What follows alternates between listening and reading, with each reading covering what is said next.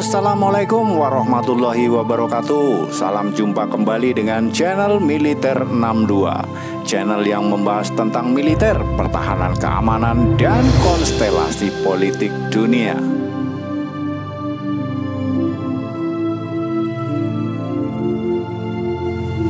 Berbicara Cina sebelum tahun 1990-an adalah berbicara negeri yang miskin.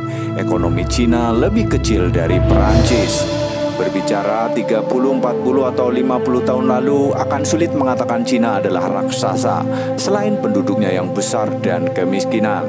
Ekonomi mereka hanya 3% dari GDP dunia. Dibandingkan misalnya jumlah penduduk mereka di atas 10% penduduk dunia. Bahkan militer mereka sulit untuk dikatakan sebagai militer sebuah negara. Sangat memprihatinkan. Angkatan laut mereka tak pernah bisa berlayar keluar teritori mereka saat anggaran militer mereka begitu diabaikan. Kurang dari 15 miliar dolar dengan menggaji 2,5 juta tentara. Sangat kecil. Dan dunia tersadar akan keunggulan militer Cina saat parade militer ulang tahun ke-100 People Liberation Army tahun 2019 dan pidato Presiden Xi Jinping yang menekankan tentang China Dream.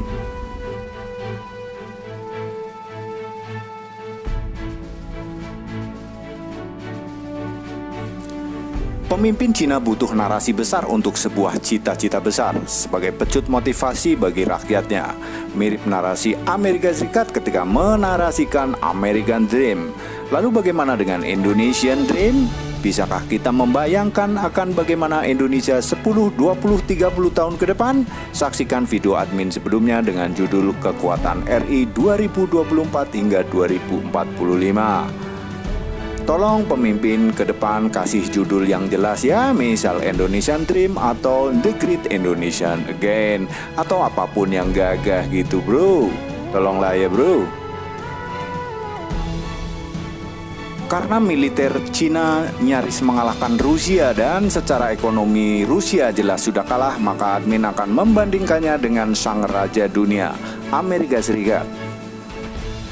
Untuk mencapai kejayaan Cina, para pemimpin China yakin satu-satunya jalan adalah memperkuat militernya.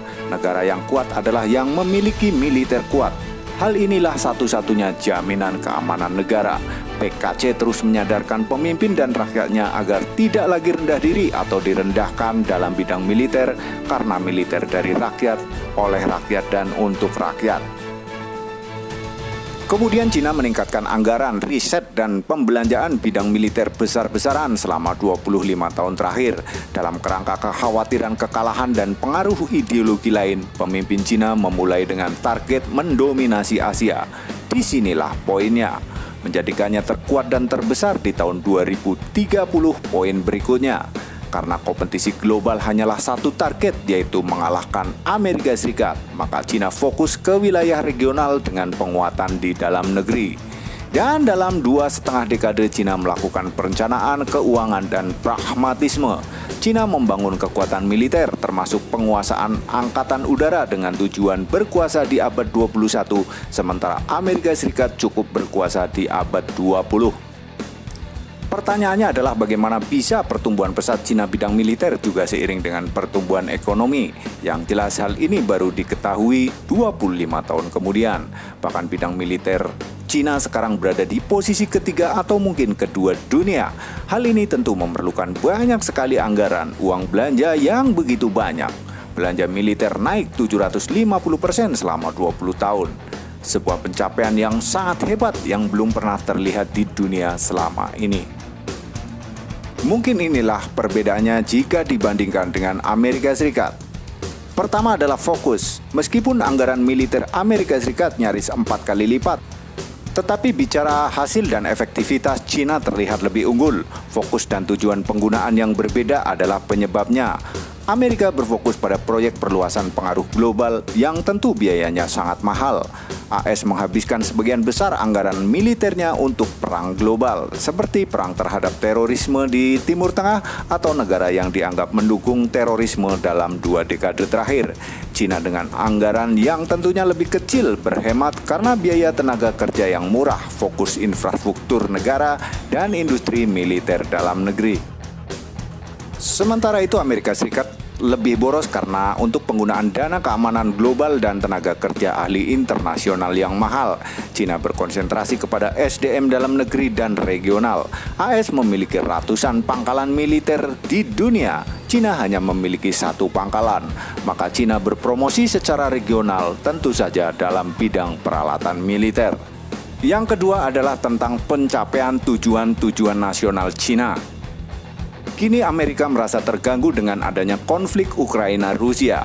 Keunggulan Cina makin terlihat dan terasa. AS sulit berkompetisi dengan Cina, berbeda saat 2 dekade lalu dalam memberantas terorisme di Timur Tengah. Negara seperti Amerika Serikat, Inggris, dan Australia, bahkan Eropa atau NATO mengabaikan pemahaman kultur, terutama strategi budaya yang dimiliki Cina. Dan saat mereka menolak untuk melakukan bisnis atau perdagangan dengan Cina, secara militer Cina telah tumbuh pesat. Dapat dipahami bahwa kekuatan strategi Cina adalah dalam pencapaian tujuan-tujuan nasionalnya. Yang ketiga adalah peta jalan strategi yang dapat kita lihat dalam gambaran berikut ini. Cina menghabiskan triliunan dolar dalam kerjasama membangun infrastruktur regional yang menjadi inti kebijakan luar negeri Xi Jinping dalam memperluas kekuatan dan pengaruh global. Namun saat itu, Amerika sedang sibuk melakukan peperangan di Afghanistan. Amerika Serikat dan Eropa sibuk mengatur dunia. Cina berfokus membangun infrastruktur.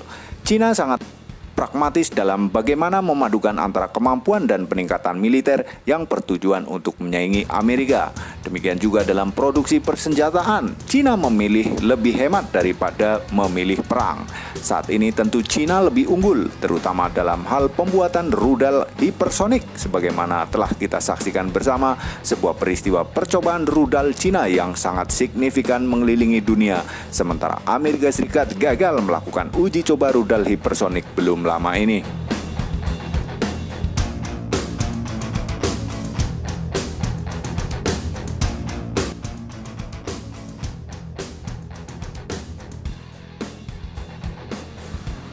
Isu rudal hipersonik ini menjadi arus utama yang mempertontonkan kekalahan Amerika Serikat oleh Cina dan menjadi game change. Cina telah menginvestasikan program ini dengan tujuan menunjukkan kepada dunia tentang kemampuan mereka mengembangkan peralatan militer sekaligus ruang angkasa, terutama terkait roket atau mesin pendorong. Namun benar adanya, isu sebenarnya adalah pada masalah pertahanan. Rudal Cina dapat terbang dengan sangat rendah, lincah, dan sulit diprediksi, sehingga baru disadari musuh ketika sudah sangat dekat dan mencapai sasaran. Sulit bagi lawan yang memiliki sistem anti rudal untuk mencegatnya. Hitungan orang awam adalah baru diketahui 5-10 menit. Ancaman rudal sementara untuk mempersiapkan tangkisan butuh 15 hingga 25 menit. Tentu terkecuali sistem pertahanan anti rudal berjaga 24 jam. Lebih sering yang terjaga 24 jam adalah sistem radar, sementara teknologi AS dan NATO berfokus pada ketinggian terbang rudal hipersonik. Inilah keunggulan taktik Cina dibandingkan Amerika Serikat. Cina telah mempertontonkannya sejak 2019 dan berbagi video latihan sebagai bukti efektivitas senjata mereka sebagai semacam jawaban battle proven. Parade itu dikiranya dunia akan mempertontonkan baterai rudal terbatas dan prediksi pengujian di tahun 2023. Hal ini semacam menyalip dengan cara luar biasa. Bahkan dalam peralatan militer Angkatan Laut, Cina tidak berfokus kepada kapal induk meski telah membuatnya 1-2 kapal induk. Itu pun hasil bongkar perbaikan kapal induk bekas Rusia. Strategi Cina ini lagi-lagi sangat efektif, terutama dalam hal penghematan anggaran. Cina belum lama ini mengeluarkan sebuah buku putih tentang strategi antara membangun kombinasi multifungsi dan efektif efisien dari gaya lama memperkuat angkatan darat. AS kini menyadari bahwa dalam beberapa bidang militer Cina lebih unggul ketika berbicara angkatan laut, angkatan udara, dan angkatan darat. Cina lebih unggul dalam hal manufaktur dan Amerika seperti kehilangan generasi penerus bidang ini. Sebagai contoh adalah pembangunan kapal perang. Kini Cina memiliki industri pabrik kapal terbesar di dunia dengan memproduksi 40% pangsa pasar dunia. Bahkan Amerika dan sekutunya hanya sekitar 1%. Industri ini memungkinkan Cina mengambil alih penguasaan secara telak dan sangat cepat. Jika misalnya masuk dalam masa perang, hal ini akan menjadi keunggulan yang menentukan kemenangan, seperti keunggulan negara barat saat terjadi Perang Dunia Pertama dan Perang Dunia Kedua, yang justru saat itu Cina serta Rusia ada di pihak sekutu. Dengan bekerja keras setiap waktu 24 jam sehari non-stop, saat Perang Dunia Kedua, Amerika muncul sebagai kekuatan militer terbesar dunia. Para analis menyebutkan fenomena Cina mirip dengan hal itu. Namun kini Cina dinilai lebih unggul dan lebih mampu jika dibandingkan Amerika dalam hal memenangkan konflik jika terjadi di Taiwan atau konflik regional di Laut Cina Selatan atau bahkan jika terjadi di kawasan Indo-Pasifik. Demikian ringkasan analisa admin yang berupa rangkuman dari berbagai sumber tentang penyebab Cina dinilai lebih unggul dari Amerika Serikat. Anda boleh setuju atau tidak. Silahkan beri komentar dan analisa Anda semua di kolom komentar. Sebaiknya Anda sajikan analisa data, fakta, dan bukan rasa suka atau tidak suka, apalagi kebencian. Karena penonton di channel ini orang-orang pintar dan ilmiah ya. Jika tidak bisa berargumen dengan data, fakta, dan ilmiah, sebaiknya Anda share saja video ini ke teman atau saudara Anda sebagai informasi yang mungkin berguna. Terima kasih atas kunjungan Anda. Sampai berjumpa kembali. Wassalamualaikum warahmatullahi wabarakatuh.